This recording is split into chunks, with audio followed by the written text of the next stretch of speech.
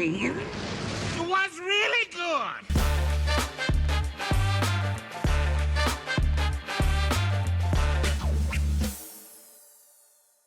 Hi everybody, welcome to What's Really Good. This is gonna explode. What are you doing? It's gonna explode. Yeah, it is. Here we got our... That's anticlimactic. Mine exploded more than yours did. Hi everybody, welcome to What's Really Good, a show where the prosecuting attorneys all look at the case files and find out if what happened really happened. These are the stories of the lawyers and the police officers. Dun dun. Ka-kong kong. But we're drinking Kraken rum, which is a perfect segue into what we're talking about. I'm Demetri, by the way. Alison. Hi, friends. And Alison, today, what are we talking about? We are talking about Pirates of the Caribbean. The Pirates of Penzance. The Rugrats episode with the pirates in the schematic. The Pirates of No Pants. We're talking about Our Flag Means Death. Our flag. Our flag means death. You got there. Yeah, I did. Yeah, it took me a little bit. Our flag means death. Oh, I gotta tell you, this show makes me so happy. Are you sure it's not the rum? You sure it's not the rum? No, I mean, it could be. But, I mean, watching this show, you get happy. Yes, you get very happy. You get a little happy watching this show. Show. I think it's there. It'll get better the more we drink. The more New Zealand we will become. Your New Zealand Australian accent will get better with your. I hope so. It might just get a lot worse. It'll probably get a lot worse. No, maybe it'll just be beautiful. And Our Flag Means Death, starring one of my favorite robots of all time, Mr. Rhys Darby. Oh. And he's actually not. This isn't the first time he's played a pirate. No. He was a pirate in one of my other favorite films. He was a pirate of radio. And Mr. Roller Coaster Taika Waititi. One of my favorite humans on the planet. Probably ever. Yeah, Sorry, Tom Hanks. Did he move? I don't know.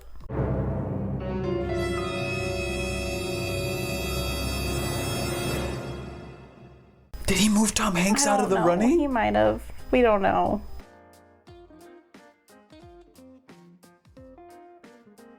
It's just a separate kind of love. Anyway, Taika Waititi, if you're watching this. Taika Waititi and a whole slew of brilliant actors and performers in this lovely, lovely show. Yes. And I think it's absolutely a pleasure to talk about such an astounding show. Mm-hmm. I guess you don't have to watch the video. Just turn it off right now because you kind of already know how we feel about it. Just go watch it. It's amazing. Mm-hmm. Yeah, turn this video off. HBO needs more money. We don't need it. Yeah, we don't need any. We don't need money. We're fine. Mm-hmm. Please give us money. I like living below poverty. So, what do you say, my dear? Should we just give a synopsis and dive head first? Should we walk the plank into this lovely discussion/review? I think we should. Go for it. Based on the Wikipedia article, the series is loosely based on the life of Stede Bonnet. In 1977, Captain Bonnet is a member of the landed gentry of Barbados and abandons his comfortable life and family to prove himself as a pirate and not what society deems as him being a little pansy boy. Despite having absolutely no aptitude for anything to do with pirating, sailing aboard his awesome and very, very custom-made ship with a library and all called the Revenge. But his dysfunctional crew really struggle to trust in his ineptitude for anything pirating until he meets the legendary, scary, Barry Majeri pirate Captain Blackbeard, also known as Taika Blackbeard. And during their misadventures, oh boy, shenanigans ensue and love blooms in the most awesome and emotionally destructive way possible. Spoilers, it's emotionally destructive. Yeah, that is pretty much some type of layabout for this lovely show. Harder to give a synopsis. Not hard to give a synopsis of a show because there's usually a lot more going on per episode with an overall story. Even though this show is only one season, it's For now. Yeah. That's a celebratory thing, and you'll understand why once you watch it. For anybody who hasn't seen it, you check out the show and you're gonna be glad that they got picked up for a second season. Fwee, fwee, fwee, fwee. Oh, it didn't. I was hoping it would go. Nope. Normally, what we do here in the one episode we have prior to this one. In What's Really Good is have this sort of sandwich of like of a very joyous thing we found about a piece of media, followed by like a critical thing of something maybe we feel something could work on, followed by another piece of joyous things that we found. Let's talk about what type of critical things?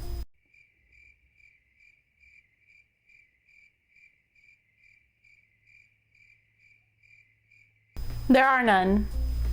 There was not really. okay, yeah, there were 3, and they were like the most nitpicky things in the world, and it was like reaching to try and find something critical to talk about. You had 3. I really did. You have 3? I was struggling to find. 2 of them were like the same, but it was just like elaborated on more, and it was about one of the actors acting. And it was like, everybody else is up here, and this person's like right here. I don't know, yeah, you can see that, like right here. And so it was like, it's not like everybody was up here and they were like bringing it down. Yeah, especially because that particular actor is in any way, shape, or form is supposed to kind of be just the straight character, pun kind of intended, but one of the straight characters. Yeah, and we mean that in the sense of like comedically the straight man. Yeah, straight person being politically correct. This show definitely deals with the far more accurately than what we initially thought of. It deals very accurately with the plight of the pirate and the lifestyle of piracy, which is very, very euphemistically free. Homo-romantic? Homo-romantic, that's a good way to put that. Yeah. Homosexual also, but mainly homo-romantic. In the most amazing way possible, the more we did research. Yeah, and like we had stated before, accurate and non-imposing. It was just, this was the life, which is another thing of its praise. So that was literally all the critiques. I remember you had, like, I don't know if there was a story thing. I didn't think I had a story thing. That was it. That was the only thing. I tried, and I'm a pretty critical guy.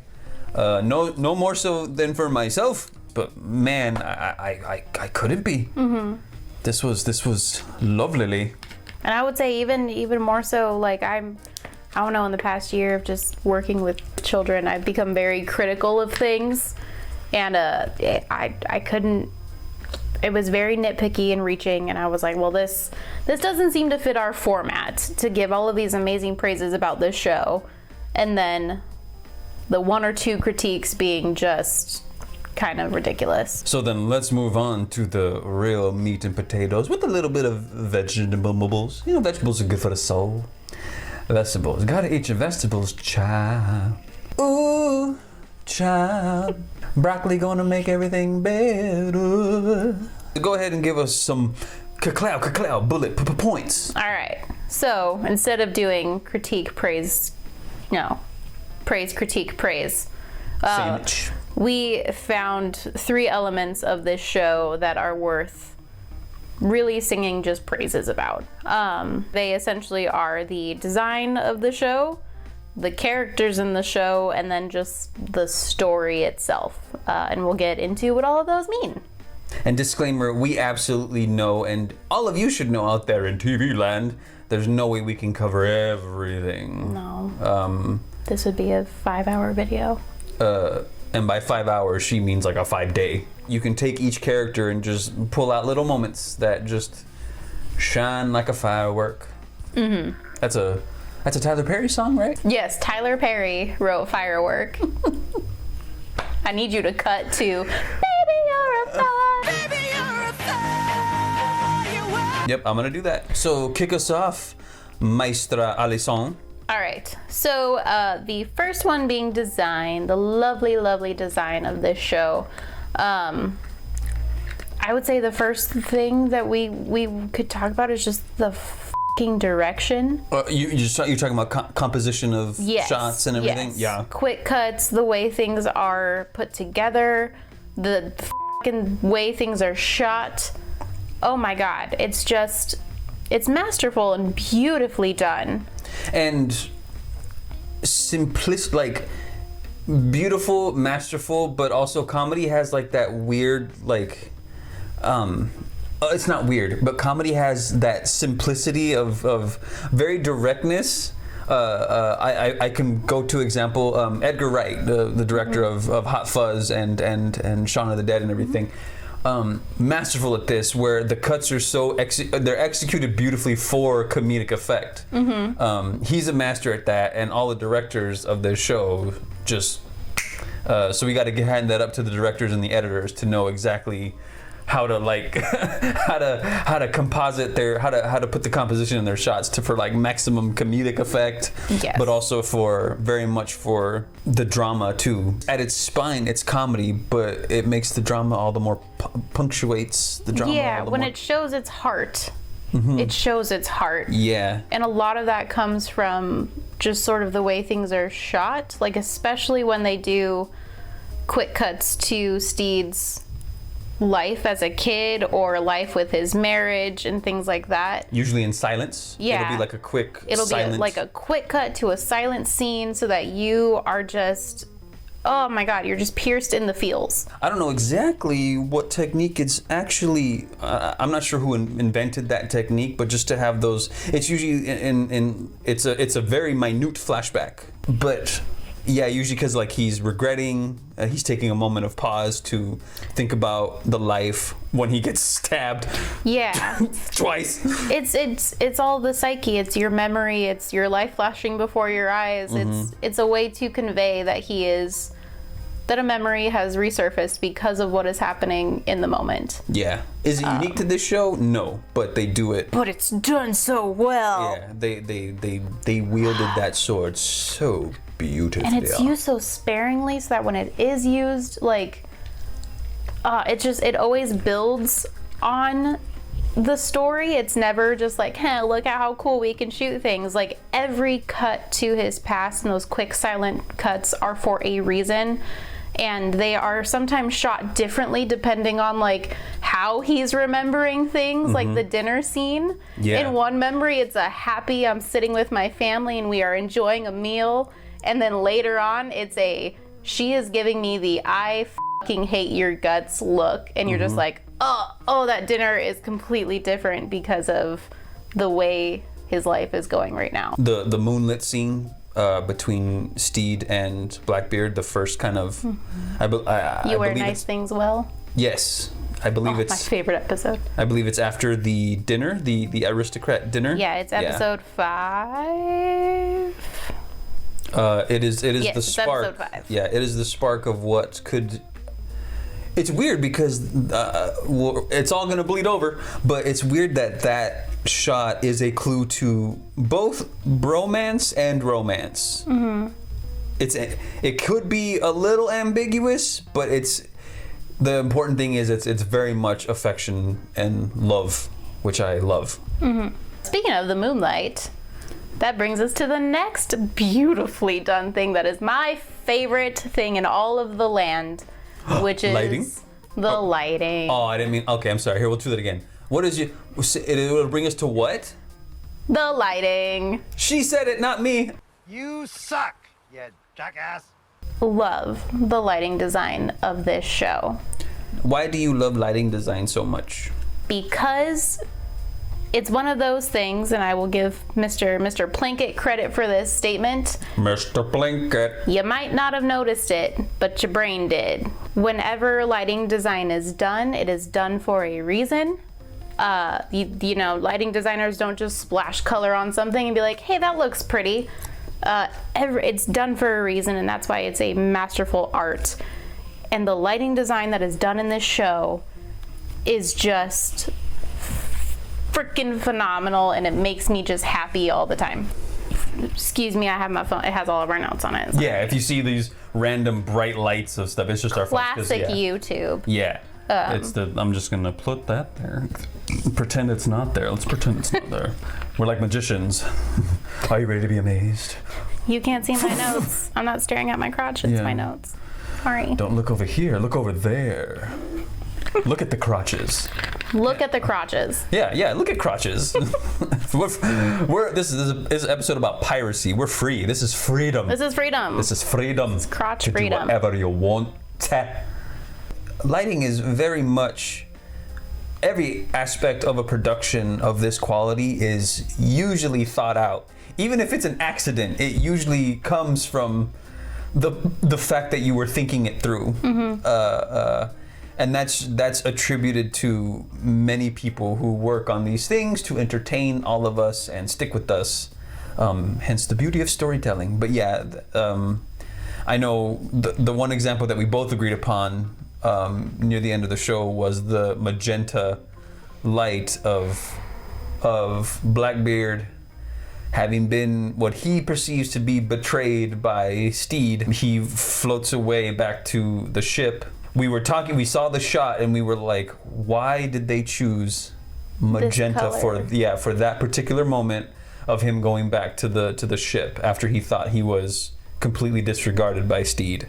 And it was you. You were the one that was like, I wonder why they chose that shade of purple for this scene. Because it doesn't look necessarily natural. It's a very stylistic choice. And so we looked up what all those colors mean. And sure enough, dealing with conflicted feelings, but also self-assurance in like who you are, and unease and heartbreak and like just all kinds of things that our lovely character who is in the shot is dealing with, that Blackbeard is dealing with. You're like, oh, you might not have noticed it, but your brain did. But your brain did.